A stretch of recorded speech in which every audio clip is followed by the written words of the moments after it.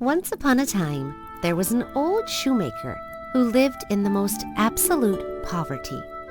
He worked from dawn until well into the night, but he barely earned enough to eat. One evening, he was in his workshop and picked up the last piece of leather. "There is only enough for one pair of shoes. Until I sell them, I cannot buy more leather. I don't know what I'm going to do," thought the worried shoemaker. The old man cut the leather he had and, since it was already very late, decided to go and have his supper and go to bed. The next day, very early, he went to continue the work he had left unfinished the night before. But imagine his surprise when he found the shoes already completed, sitting on the workshop table. The shoes were made with great perfection. Before long, a customer came in and paid a handsome sum for them. The old man told his wife what had happened. They searched the workshop for clues, but it was all in vain. There was no explanation. With the money he received, the shoemaker was able to buy leather for 2 pairs of shoes. That night, he left the leather cut and ready to make the shoes in the morning, and left the workshop.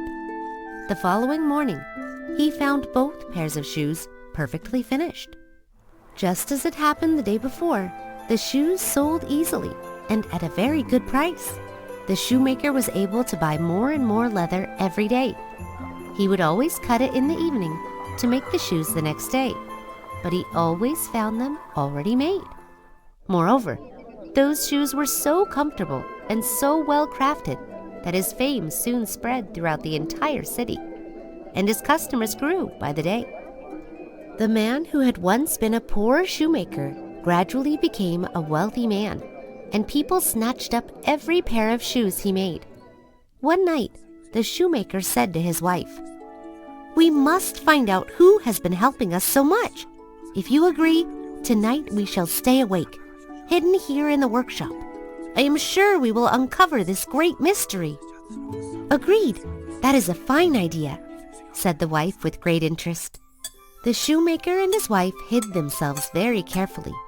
When the clock in the square struck 12, 2 tiny little elves, completely naked, came into the workshop and set to work at great speed, yet with extraordinary care, on the leather that lay prepared on the table. The elves finished several pairs of shoes of the highest quality and then vanished without a trace. As soon as they had left the workshop, the wife said to her husband, "Poor little things! How cold they must get like that, with nothing on at all! We must show them our gratitude for everything they have done for us. I shall make them clothes, and you shall make them a fine pair of boots each. Agreed?" "Agreed," said the shoemaker, won over by his wife's words. The couple set to work straight away. Within a few days, each little elf had a complete outfit ready: trousers, a shirt, a jacket, a little cap, socks, and a pair of boots. That very night, instead of leather, the shoemaker and his wife left the clothes and the boots on top of the workshop table. Then, filled with curiosity, they hid to see what the elves would do when they found it all. The elves arrived as the 12 chimes were ringing, as always, ready to work. The moment they stepped inside, they discovered the gifts. They quickly put on the clothes and laced up the boots. Then, overjoyed, they began to dance, to leap, and to turn somersaults. "What beautiful clothes!" said one of them. "What splendid boots!" exclaimed the other. Jumping over the benches and the table, roaring with laughter, the 2 little elves danced out of the workshop and never appeared there again. From that day on, the shoemaker went back to working alone, but his success continued just as it had when he received help from his mysterious friends.